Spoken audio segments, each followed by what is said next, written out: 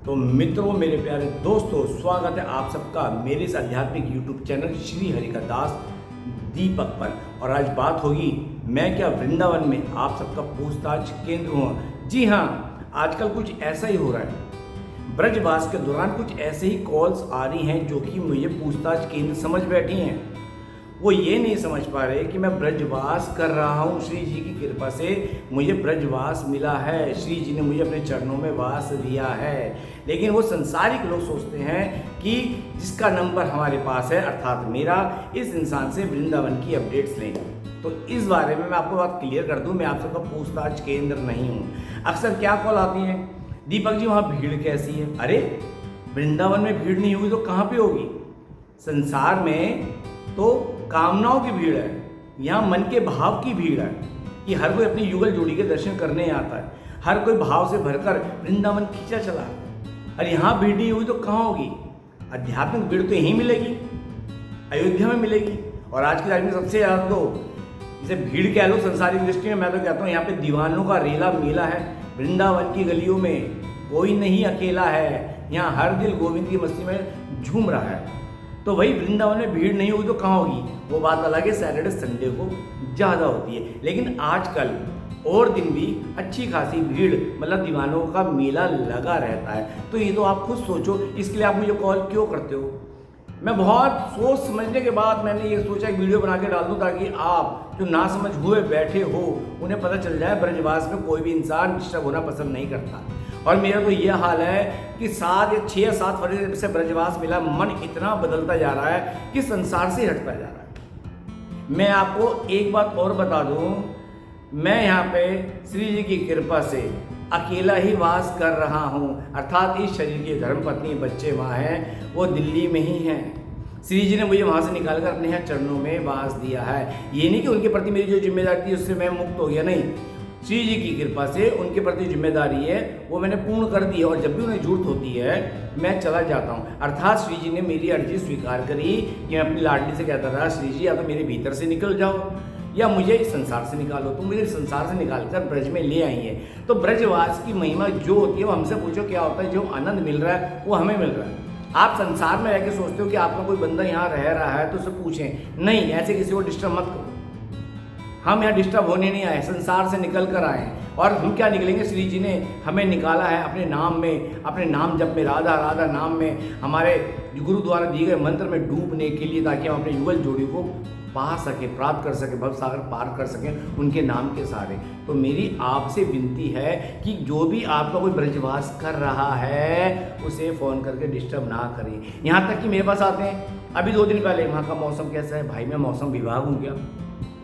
दिल्ली में बारिश हो रही है, यहाँ हुमस हो रही है। जैसे आज हो रही है, आज 30 तारीख है, 30 जून, आज हुमस हो रही है और कहीं बारिश हो रही है, कहीं हिमाचल में कहीं तूफान आ रहे हैं। अरे भाई, हर जगह का मौसम अलग होता है। मैं कि ये बताने के लिए बैठा हूँ, कितनी मूर्खता वाली बात आप मुझसे पूछते हैं। ऐसे ही कि फरीदाबाद, दीपक जी फरीदाबाद से बोल रहे हैं कि वहाँ पे भीड़ कितनी है।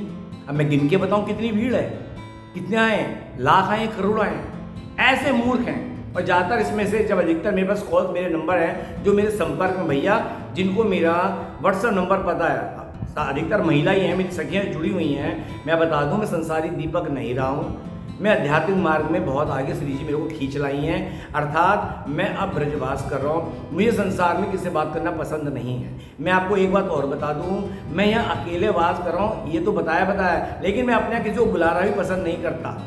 और ये ब्रज का एक तरीका भी है। अगर ब्रजवास करना, संसार के रिश्तों को पहले अपना एड्रेस ही मत बताओ। क्यों? आप संसार के लोग आओगे, रहोगे, खाओगे और संसार की बातें करोगे, आप तो 2-4 दिन में चले जाओगे और मेरी बुद्धि घुमा जाओगे।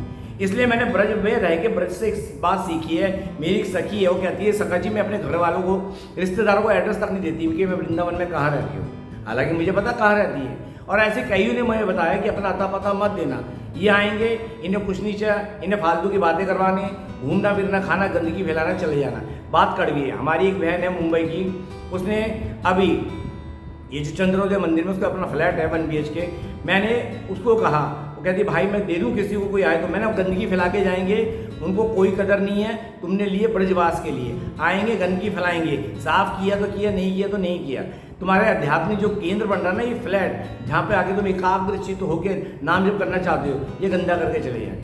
अर्थात ब्रज में आके कोई अपने यहाँ बुलाना, मैं तो उसको कहने कहते ये सही है। अगर आप ब्रजवास कर रहे हो तो अपने एकांत में करो, जैसे मैं कर रहा हूँ। मुझे नहीं चाहिए इंटरफेयर। मैं प्रातः कालीन उठता हूँ, अपना नाम जप करता हूँ, दिनचर्या जो होती है करता हूँ। उसके बाद फिर से क्या कहता है आपका दिन कैसे करता है, अरे यहाँ तो इतनी भागवत होती है, अब भागवत पे आ जाओ।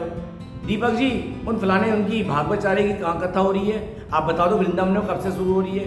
अरे भाई इसमें मैं क्या बताऊँ, मैं ये पता करने जाऊँगा कि अनिरुद्ध जी की कथा कब हो रही है, किशन शास्त्री जी की कथा कब हो रही है, मलुक पीठाधीश्वर राजेंद्र दास जी कथा कब हो रही है?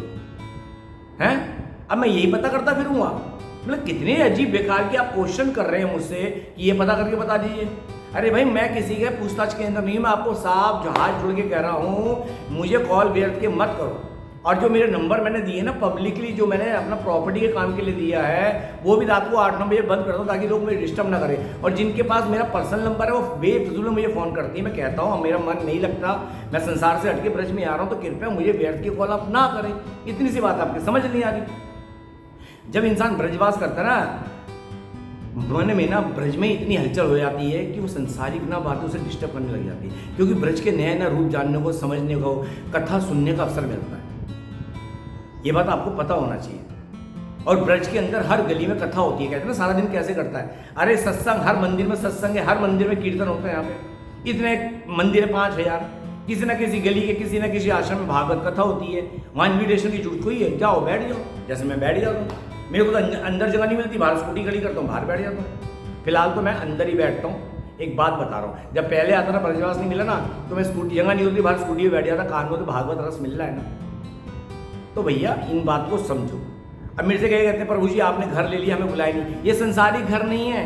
आओ 100-200 को बुलाओ, पूजा पाठ कराओ, गृह प्रवेश कराओ, हवन करवाओ, और दुनिया को बुलाओ, खिलाओ बुलाओ, तो खा के चलेगा, बतवारी बाबा हो गई। भैया ये जब मैंने इस घर में अभी तक अपने शरीर की धर्म पत्नी, बच्चे, माँ को नहीं बुलाया, भैया तुम संसार में रहो, मैं यहाँ रहता हूँ। वो बात अलग है, मैंने अभी इसको पूरा घर को रेनोवेट करवाया है और हवन कराऊंगा ताकि शुद्धिकरण के लिए, ठीक है, तब शायद उन्हें बुलाऊं, अभी पक्का नहीं है। अर्थात जब मैं उनको छोड़ के आया हूं, उनको नहीं बुला रहा, तो भैया आप तो संसारिक लोग हो, ठीक है, फेसबुक सोशल मीडिया के माध्यम से मुझसे जुड़े हो, लेकिन मैं आपको क्यों बुलाऊं?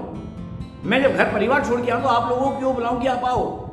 मैं अपने इस छोटे से 2 BHK फ्लैट में अकेला शांति के साथ रहता हूँ, अपना आनंद से जीवन जीता हूँ, अपने नाम जब माला करता हूँ, अपने दिनचर्या ठाकुर जी की कृपा से होता है वैसा करता हूँ। सुबह 4 बजे उठाया तो 4 बजे उठ जाता हूँ, जैसे आज ठाकुर जी ने 5 बजे उठाया तो मैं 5 बजे उठ गया।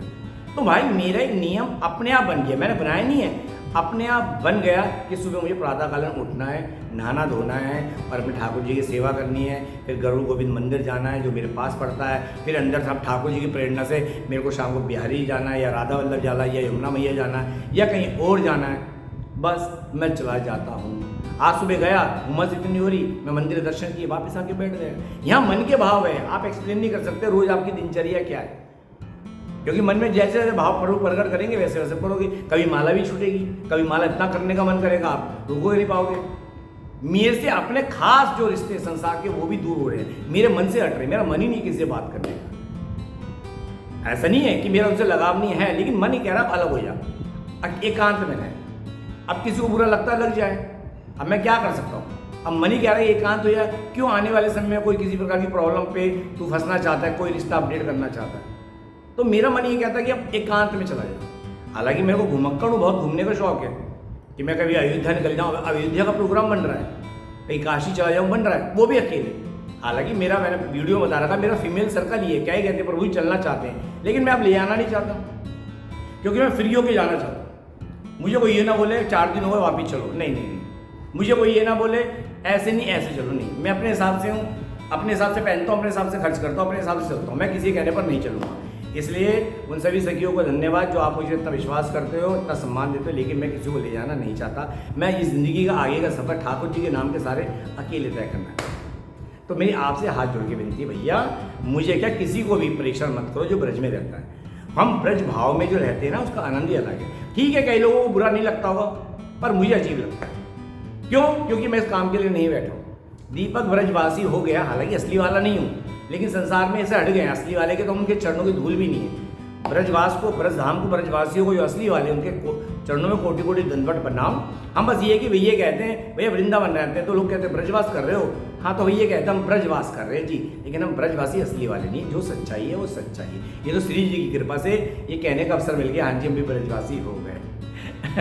ठीक है, मैं आपको बहुत हाथ जोड़ के विनती कर रहा हूँ कि मुझे व्यर्थ के कॉल ना करें। मैं आपका पूछताछ केंद्र नहीं हूँ, मैं मौसम विभाग नहीं हूँ, मैं भीड़ गिन के बताने वाला नहीं हूँ।